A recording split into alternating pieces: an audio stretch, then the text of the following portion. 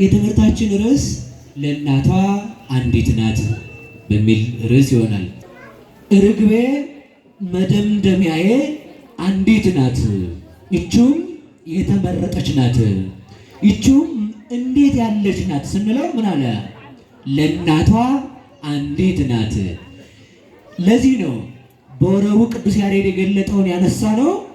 በጽሐ ሰናይ ዋልጸቀ ዘመን፣ እነሆ በጎ ነገር የሚደረግበት ጊዜ ደረሰ። ደስ አይል? በጨለማ ያለ ሰው ይነጋላል ሲሉት ደስ ይላል፣ ተስፋ ያደርጋል። ጨረቃን አይቶ በተስፋ ያድራል። ከዋክብትን አድሮ አይቶ በተስፋ ያድራል። በቤቱ መብራት አስገብቶ ደገኛው ብርሃን ፀሐይ እስከሚመጣ በተስፋ ያድራል። ተመልከቱ። ታዲያ የ5500 ዘመን ረሃብ የሚቆረጥበት ጊዜ ስለደረሰ ዛሬ በዓት አይደለች? ቤተ መቅደስ ስገባ ምን አለ ቅዱስ ያሬድ? በጽሐ ሰናይ ዋልጸቀ ዘመን። እንግዲህ አለ በጎ ዘመን ደረሰ። አበባ በምድራችን የሚገለጥበት ጽጌ አስተራየ በውስተ ምድርነ ጊዜ ገሚድ በጽሐ ቃለ ማይነቅ ተሰማ በምድርነ አውያን ጸገዩ ወሃቡ መዓዛ። አበባ በምድራችን ተገለጠ። ምን ማለት ነው? ክረምት ሲያልፍ ነው አበባዎች የሚፈነድቁት የሚያብቡት ማለት ነው።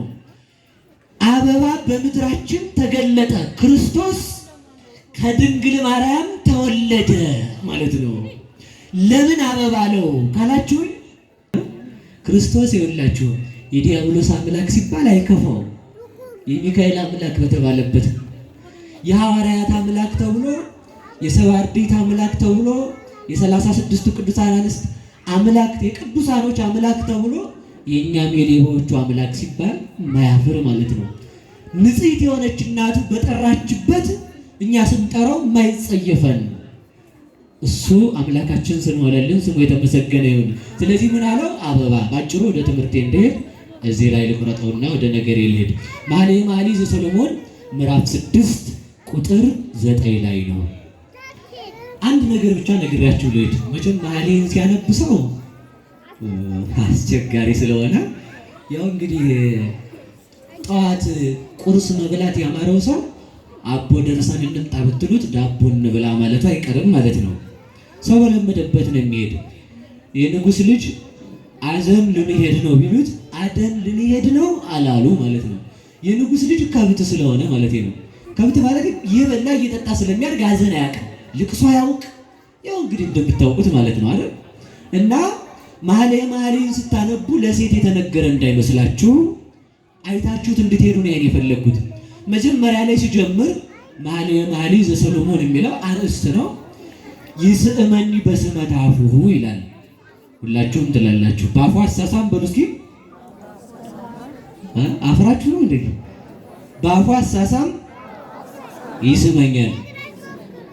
ይሄን የሚያውቅ ሰው አሁን ያልተማረ ሰው ትዝ ሲለው ይህን ሲያነብ ምንድነው ትዝ የሚለው? እሱ የሚያውቀው ሴትና ወንድ መሳሳም ነው ማለት ነው። ምንም ሌላ ትርጉም የለውም። ምን ብደባብቀው አይቀር ታውቁታል አይደል? የአደባባይ ምስጢር ነው ብዬ ነው። እና ያ ትዝ ይለዋል። እንዲያ ግን አይደለም። ምን ማለት ነው?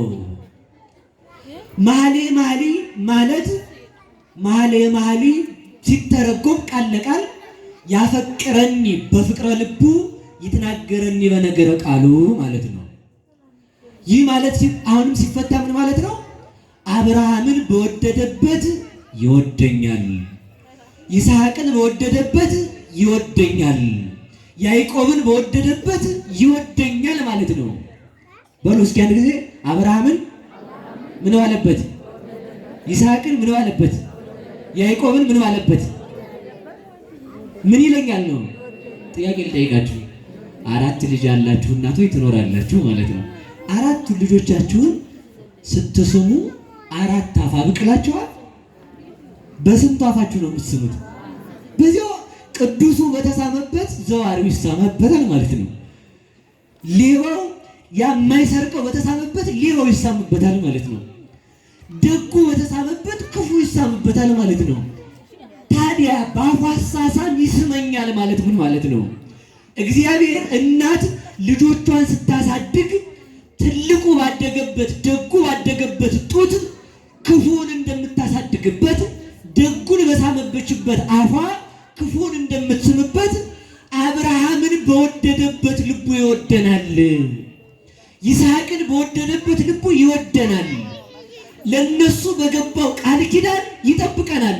ለአብርሃም የመጣው እግዚአብሔር ለኛም ተርፎናል ማለት ነው። ወሐለፈ እግዚእ ኢየሱስ ማእከለ እንዘ ያልፍ እግዚእ ኢየሱስ ኢየሩሳሌም ሐለፈ ማእከለ ሰማርያ ወገሊላ ይላል። ወደ ኢየሩሳሌም ሲሄድ በሰማርያ አለፈ ይላል። ስለ ሀገር አይደለም እየተናገረ ያለው። ኢየሩሳሌም ማለት ሀገረ ሰላም ማለት ነው። ሰላማዊ ለሆኑ ለአብርሃም ለይስሐቅ ለያዕቆብ የተወለደ ጌታ በሰማርያ አለፈ ማለት ምን ማለት ነው? ለአጓጉሎች ታረፈ። ለጻድቆች ተወልዶ ለአብርሃም ብሎ በአብርሃም ሃይማኖት ተወልዶ እኛን ያዳነን እግዚአብሔር ይመስገን። ለምን እንደዚህ ያልክ ካላችሁ እየሰማችሁ ነው። አብርሃም ስንት ልጁን ነው የሰጠው? ስንት ልጁን ነው የሰጠው? እርግጥ እኮ 6 ልጆች አሉት። ሌላ እናንተ አታውቁም። እሺ ለማለት የፈለኩት ከመቤቲቱ ከሳራ የተወለደው አንዱ ይስሐቅ ነው። ያንን ሙልጭ አድርጎ የልጅን ፍቅር ሟጦ ቢሰጠው እግዚአብሔር አብ ደግሞ አንድ ልጁን ለአብርሃም ሊሰጥ ተገደደ ማለት ነው። አያችሁ አይደል? ለአብርሃም ሲል ተወለደ ማለት ነው። አብርሃም ለእግዚአብሔር ልጁን መስዋዕት አድርጎ ቢያቀርብ እግዚአብሔር አንድ ልጁን ዓለም እንዲድንበት መስዋዕት እንዲሆን ወደዚህ ዓለም ላከው ማለት ነው። አብርሃም በልጁ ከእግዚአብሔር ጋር እንደተወዳጀበት እግዚአብሔር አብ በልጁ በወልድ ዓለምን ከእርሱ ጋር አስታርቆበታል። ስለዚህ ምን ይባላል? ለአብርሃም ብሎ የተወለደ ይባላል። ለአብርሃም ብሎ የመጣ አምላካችን ስሙ የተመሰገነ ይሁን። ወደ ነገሬ ለእናቷ ስንት ናት? ሌላውን ሀተታ ትርጉሙን ልተውና ባጭሩ የመጨረሻው ትርጉም ለእናቷ አንዲት ናት የተባለችው እናታችን ሙሏ ቅድስት ድንግል ማርያም ናት። ለምን እንደዚህ አልናት? እውነት ነው። ለሔዋን እኮ ሳራም ልጇ ናት፣ ኬጡራም ልጇ ናት፣ ቅድስት ሐናም ልጇ ናት። ሌሎችም ሴቶች እናንተም የማን ልጆች ናችሁ? የሔዋን አይደላችሁም እንዴ? ነን። ታዲያ እንግዳ ለእናቷ አንዲት ለምን ድንግል ማርያም ተባለች? ለምንድን ነው ለእናቷ አንዲት ያልናት? እንዲህ ይላል ቅዱስ ዮሐንስ አፈወርቅ ሃይማኖተ አበው ምዕራፍ 66 ላይ ሀሎ ዕዳ ዘይትፈደይ ላዕለ ትድምድ አንስት፣ በሴቶች የሚከፈል ዕዳ ነበረ ይላል። ምን ዕዳ? ምን አይነት ዕዳ ነው የነበረው? በጣም አስተውላችሁ ስሙ። የሴቶች ዕዳቸው ምንድን ነው ከተባለ አንደኛው ከወንድ መገኘት ራሱ ዕዳ ነው። ለምን? ወንድ ሴትን አስገኝቷታል። እግዚአብሔር ከአዳም ጎን አንድ አጥንት ነስቶ ሔዋንን ፈጥሯል። ስለዚህ ሔዋን ከማን ተገኝታለች? ከአዳም። እኩል የሚሆነው ሔዋን ማንን ስታስገኝ ነው? አዳምን ስታስገኝ ነው። ስለዚህ ምን አለ? ሀሎ ዕዳ ዘይትፈደይ ላዕለ ትድምድ አንስት፣ በሴቶች ላይ ሴቶች የሚከፍሉት ዕዳ ነበረባቸው። ወበእንተዝ ኮነት ወላዲተ አምላክ ፈዳይተ ዕዳሃ ለሔዋን፣ ስለዚህ እናታችን ቅድስት ድንግል ማርያም የሔዋን ዕዳ ከፋይ ሆነች። የማን? ምን የሔዋን? የዓለም ዕዳ ሁሉ የተከፈለው በድንግል ማርያም አይደል? እናመጣዋለን እሱን ሰዓት ካለ። እንዴት አለው? የመጀመሪያው ዕዳ የከፈለችላት በጣም አስተውሉ። ዕዳ የከፈለችው ቅድስት ድንግል ማርያም ምንድን ነው ብላችሁ ከጠየቃችሁ የመጀመሪያው ዕዳ ወንድን አዳም ሴትን ያለ ዘር እንዳስገኘ ሔዋን ወንድን ያለምን ማስገኘት አለባት? ያለ ዘር። ስለዚህ በምን ከፈለችላት ለሔዋን? አዳም ሔዋንን በድንግልና ከጎኑ በታተመው ጎኑ በድንግልና ሔዋንን እንዳስገኛት ቅድስት ድንግል ማርያም እግዚአብሔር ወልድን እንበለ ዘር ያለ ወንድ በማኅፀኗ አስገኘች። አሁን ከፈለችላት። አያችሁ አይደል? ስለዚህ ምን ሆነው እኩል ሆኑ ማለት ነው። ድንግል ማርያም ለማን ዕዳ ከፈለች? ለሴቶች ሁሉ። ያንድ የሔዋን ዕዳ የተከፈለው የዓለም ዕዳ የተከፈለው በድንግል ማርያም ነው። ሔዋን አስተውሉ፣ ጆሮዋን በጣም ማስተዋል ይጠበቅባቸዋል። ሔዋን የብርሃን ልብስ ነበራት፣ ልብሷ ተገፏል። የብርሃን ልብሷን ለማልበስ ቅድስት ድንግል ማርያም ክርስቶስን ራቁቱን ወልዳ የበለስ ቅጠል አልብሳ አልበሰቶ እሙ ቆጽለ በለሶን አይደለም ቅዱስ ያሬድ። ጨርቅ እንኳን ድሪቶ እንኳን አጥታ ማለት ነው። ሔዋን በገነት ያገለደመችውን ሽርጥ አድርጋ የለበሰችውን ያንን ቅጠል ለክርስቶስ ልብስ አድርጋ ምን አለችላት? ከፈለችላት። ሔዋን ያቆሸሸችውን ቅድስና ድንግል ማርያም ያዘችው። ሔዋን ያሰደደችውን እግዚአብሔር ድንግል ማርያም መለሰችው። ለእናቷ ስንት ናት? አንዲት ናት። እንዲህ እንደ እመቤታችን ያለ ፍጥረት ሰማይና ምድር እስከሚያልፉ ካለፉም በኋላ ይገኛል። ለዓለም አንድ ፀሐይ ብቻ እንዳለ ለዓለም ዕዳ የከፈለች አንዲት ድንግል ብቻ ናት። የሔዋን ጆሮ በዲያብሎስ ቃል ቆሽሾ ነበረ። የድንግል ማርያም ካሰችላት። ሔዋን በመላክ ብትሰበክ፣ በጨለማው መልአክ በዲያብሎስ ብትሰበክ፣ ድንግል ማርያም በብርሃናዊ መልአክ በቅዱስ ገብርኤል ተሰበከች። ሔዋን ገነትን ሲኦል ብታደርገው፣ ድንግል ማርያም ይህንን ዓለም ምን አደረገችው? ገነት አደረገችው። ሔዋን ገነት እያለች ለሲኦል ታጨች። ድንግል ማርያም ኃጢአት እሰፈነበት ዓለም ሰፋኒት በርብ ዓለም አይደለም የሚሏት ሊቃውንቱ። ኃጢአት በሚገዛበት ዓለም ላይ ቅድስናን ያዘች። ኦ መቅደስ ዘይትትነሰት። በጣም ደስ ይላል እኮ። እጅጋይቱ ቤተ መቅደስ ትፈርሳለች። የማትፈርስ እመቤታችንን ግን አሳደገቻት። በሚፈርሰው ቤተ መቅደስ የማትፈርስ አማናዊት ቤተ መቅደስ ጽርሐ ቅድሳቱ ለወልድ ወልድ ኢየሱስ ክርስቶስ ዓለምን ሁሉ በመሃል እጁ ይዞ የሚከትምባት ንጽሕት አዳራሽ ድንግል ማርያም በዚች ቤተ መቅደስ አደገች። ይቺ ቤተ መቅደስ የምንወዳት በምክንያት ነው። ድንግል ማርያምን አሳድጋ ለዓለም እናት አድርጋ የሰጠችናት ይቺ ቤተ መቅደስ እግዚአብሔር እንዲወርድ ድንግል ማርያምን ለመጠበቅ የታመነች ናት። ሌባዎች የማይሰርቋት፣ አጋንንት የማይደፍሯት፣ ዲያብሎስ ዝናሩን ቢያራግፍ ቢተኩስ ሊያፈርሳት የማይችል በክርስቶስ አለትነት የተመሰረተች ናት። ማንን አሳደገች? እናቱን አላችሁ። ስለዚህ በሚፈርሰው ቤተ መቅደስ ሔዋን በገነት ሆና ያጣችውን ትርምት ድንግል ማርያም በዚህ ዓለም ሆና ያዘችው። ወዳጅ ሰው እንጀራ ከሌለ እኮ ይጾማል። አልሰማችሁትም? አንዳንዱ ወጣት ዛሬ እስከ 9 ሰዓት ጾምኩ ይላል። ጎበዝ ነህ፣ ጾመው ሙታል ማለት ነው። ግን የሚበላ አጥቶ ነው የጾመው። 3 ሰዓት ነበር የሚበላው ሰውየው ማለት ነው። ኃጢአት የሚሰራበት ዓለም ላይ ሆኖ ንጹህ መሆን ከባድ ነው። ሔዋንም ይኸውላችሁ ይተክሎሙ ለመላእክት ድንጋኔ ሕሊና ይላል ቅዱስ ዮሐንስ አፈወርቅ በድርሳኑ ታምረ ማርያም ላይ የምትሰሙት ማለት ነው። ለመላእክት እንኳን በንጹህ ቦታ ሆነው ሕሊናቸው ድንግል መሆን አልቻለም። እስመ አበሱ ቅድመ አስቀድመው በደሉ፣ በፍላጎታቸውም ወደዚህ ዓለም ወረዱ። ድንግል ማርያም ኃጢአት የሚቀጣጠልበት ዓለም ላይ ሆና ነው ንጽሕት የሆነችው። ይገርማል እኮ እመቤቴ። ዓይኗ ንጹህ እግዚአብሔርን ብቻ ያየች፣ እጇ ንጹህ እግዚአብሔርን ብቻ የዳሰሰ፣ እግሯ ንጹህ ስለ ክርስቶስ ብቻ የተሰደደ፣ ዓይኗ ንጹህ ስለ ልጇና ስለ ዓለም ብቻ ያለቀሰ፣ ስለ ሆድ ያላለቀሰ፣ ስለ ክብር ያላለቀሰ፣ ልቧ ንጹህ እግዚአብሔር ብቻ የታሰበበት፣ ጆሮዋ ንጹህ የመላክን ቃል ብቻ የሰማ፣ አንደበቷ ንጹህ ቃለ እግዚአብሔር ብቻ የተናገረች፣ ራሷ ንጹህ በቅድስና የተሸፈነች እመቤታችን ንጽሕት ናት። እንዲች ያለች ልጅ ታይቶ አይታወቅም። እናታችን አድርጎ የሰጠን እግዚአብሔር ይመስገንልን። ስለዚህ ተመልከቱ። አሁን ምንድነው ያልኳችሁ ያለሁት? አስተውላችሁ ስሙ። የሚከፈል ዕዳ ነበር ነው። ያንን ዕዳ እንዴት ከፈለችው ነው አሁን እያወራንበት ያለ ነው ማለት ነው። ወይ ጉድ! እመቤታችን ለሰው ብቻ መስሏችሁ ነው የከፈለችው? እስኪ ያን በመጨረሻ ነግራችኋለሁ።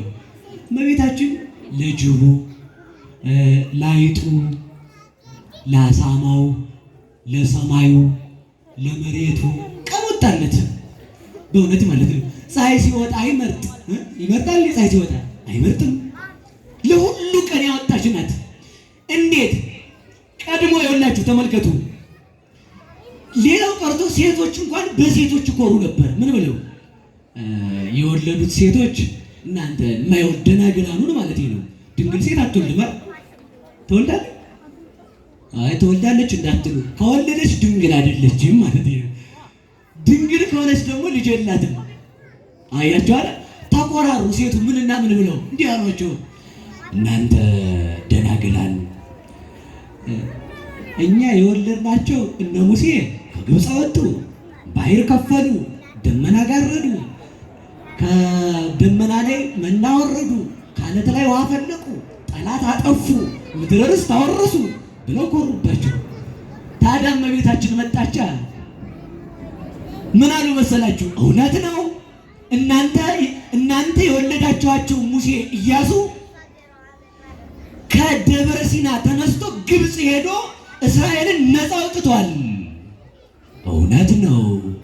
ድንግል ማርያም የወለደችው ክርስቶስ ግን ነፍሳትን ከገሃነም አውጥቷል ብለው ኮሩባት። ለዚህ ምን ለተ ትምክህተ ዘመድነ የባህሪያችን መመኪያ የነገዳችን መመኪያ። በድንግል ያልተመካ በማን ልትመካ ነው? በማን ነው የምትመካው? በድንግል ያልተመካ ተደምን አሉ መሰላችሁ። እውነት ነው። እናንተ የወለዳችሁት ሙሴ ባህር ቢከፍል ድንግል ማርያም የወለደችው ክርስቶስ ገሃነምን ከፈለው። እናንተ የወለዳችሁት ሙሴ በ10 መቅሰፍት ግብፃውያንን ቀጥቶ ፈርዖንን አስጥሞ እስራኤልን ቢያወጣ ድንግል ማርያም የወለደችው ክርስቶስ ሳጥናኤልን በመስቀሉ በደሙ ባሕርነት አስጥሞ በመስቀል ትርክዛው እየቀዘፈ ገሃነምን አሻገረ። እውነት ነው። እናንተ የወለዳችሁት ሙሴ መና ከደመና ወረደ።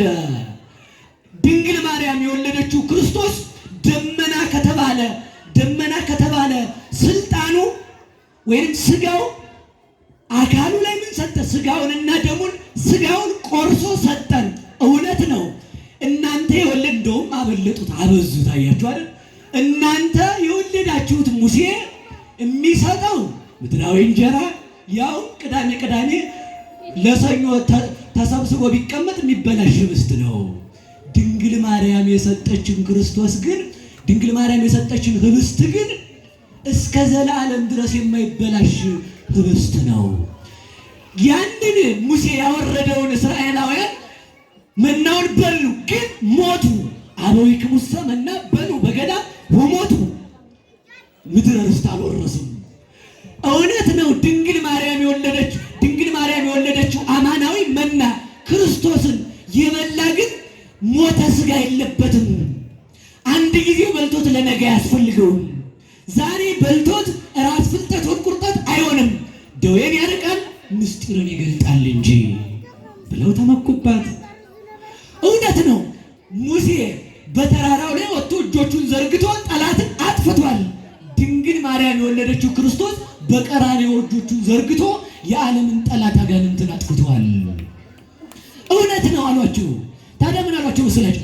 የእናንተ ሙሴ ከግብፅ ቢያወጣችሁ ምድረ ርስት አልወረሰም።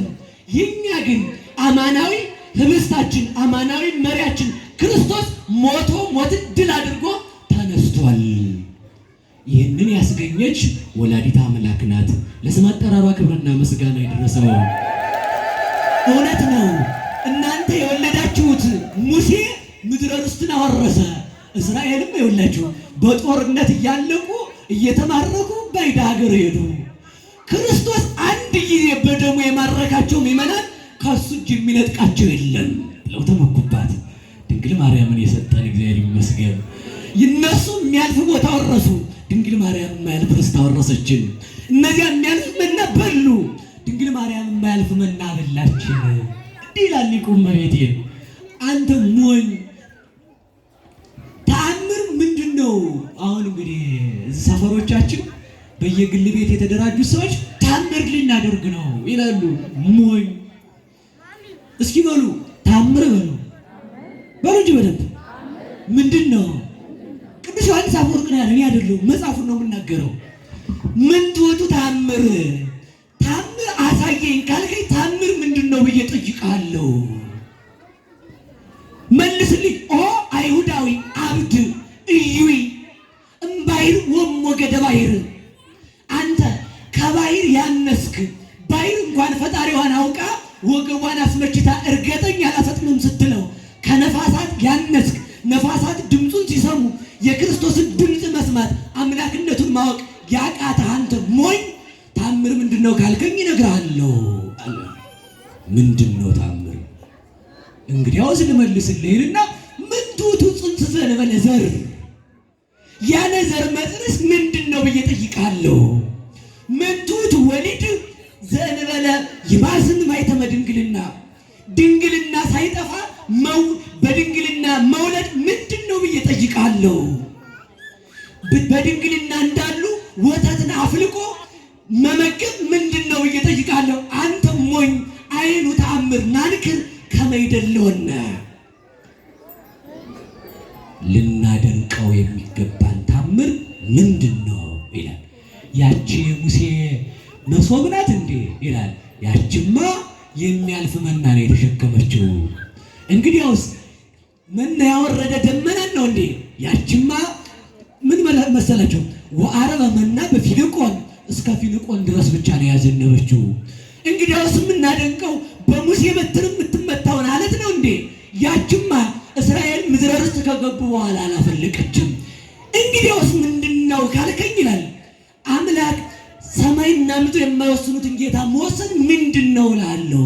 ታምር ይሄ ነው። ታምር ማንንም ወሰን ነው፣ ሰማይና ምድር የማይወስኑትን። ታምር ምንድን ነው? ያለ ዘር መውለድ። ታምር ምንድን ነው? በድንግልና መጽነስ። ታምር ምንድን ነው? በድንግልና መውለድ። ታምር ምንድን ነው? በድንግልና ወተት ማስገኘት። አይደንቃችሁ ይሆናል እኮ ያለፉ ስነገረው። ወተት አላችሁ ሴቶች? ወተት አላችሁ? ወተት ሴት የምታስገኘው ምን ስትወልድ ነው? ስትወልድ አይደለም አናውቅም፣ ወይም ዝም እንዳትቆጥሩሽን ቅን ስለሆናችሁ ነው የተናገራችሁት። ምንድን ነው ካላችሁ ሴት ከወንድ ጋር ካልተገናኘች ወተት አታስገኝም ይላል መጽሐፉ።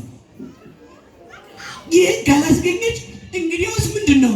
ከወንድ ጋር ሳትገናኝ ድንግል እንደሆነች ወልዳ ወተት ማስገኘት ምንድን ነው? ዓለምን የሚመግበውን ጌታ መመገብ ታምር አይደለም? አይደለም እንዴ? ከዚህ የበለጠ ታምር የለም። እሷን የሰጠን እግዚአብሔር ይመስገን። ሌላውን ልተውና ወደ ነገሬ ብቻ አለ። እስኪ ለእናቷ በሉ አንድ ጊዜ። አልሰማችሁም? ስንት ናት ለእናቷ? ለማን ነው ለእናቷ የተባለችው? ለሔዋን ነው። ለሔዋን ነው። እኔ በጣም አንድ በደንብ እንዲገባችሁ ልንገራችሁ። ትልቁ ልጃችሁ ፖሊስ ጣቢያ ገብቶ ታሰረ። አያርገው መድኃኒዓለም ይታሰር አላልኩም። ደግሞ የሆነ ጥፋት አጥፍታችሁ የምትወልዷቸው ልጆች ሁሉ እየተወሰዱ ፖሊስ ጣቢያ ቢገቡ ምን የሚወጣችሁ? በጣም የሚያሳዝነው አይደላችሁ? እናንተ ብትታሰሩ ብቻችሁን እኮ ይሻላል። ልጆቻችሁ ሁሉ በግዞት ቤት እንዲኖሩ አደረጋችሁ ማለት ነው። ይህን ቁስል ነው እመቤታችን የፈወሰችው። ሔዋን ወለደች እመቤታችንን። የሔዋን ልጆች ሁሉ በሔዋን ኃጢአት ተገዙ። ሔዋን ትወልዳለች፣ ዲያብሎስ እየወሰደ ሲኦል ያጉራል።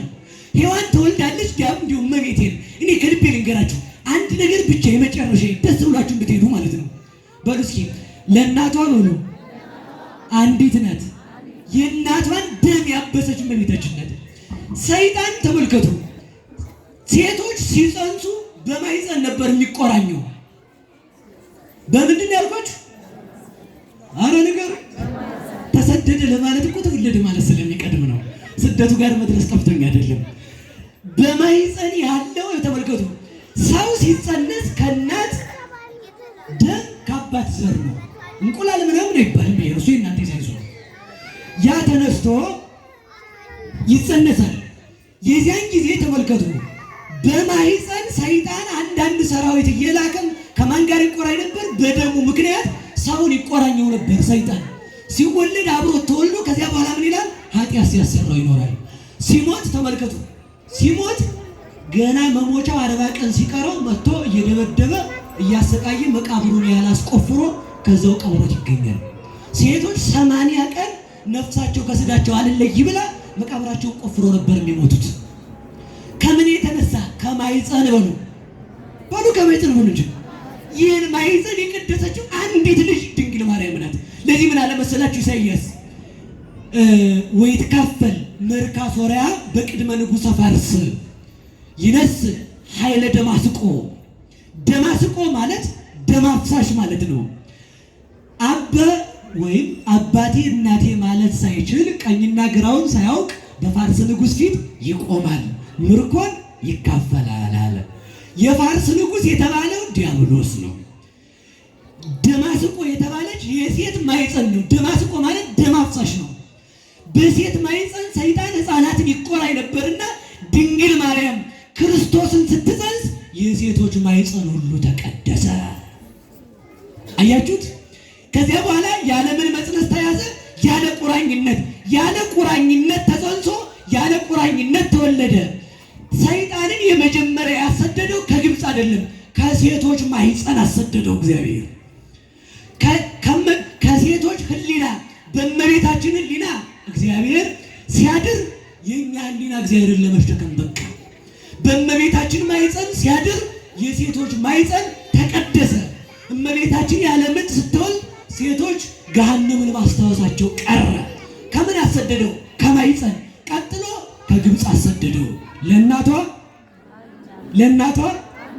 ለእናቷ እስኪ የእግዚአብሔር እናቱ ስንት ናት? የዓይናችን ማረፊያ አንዲት ናት። ወልጅ የሐዘናችን መርሻ፣ ቅዱሳን የሚመኩባት፣ የመላእክት ደስታ፣ እግዚአብሔርን የመገበች አንዲት ድንግል ናት። በረከቷና ረድኤቷ ከሁላችን ጋር ይሁን።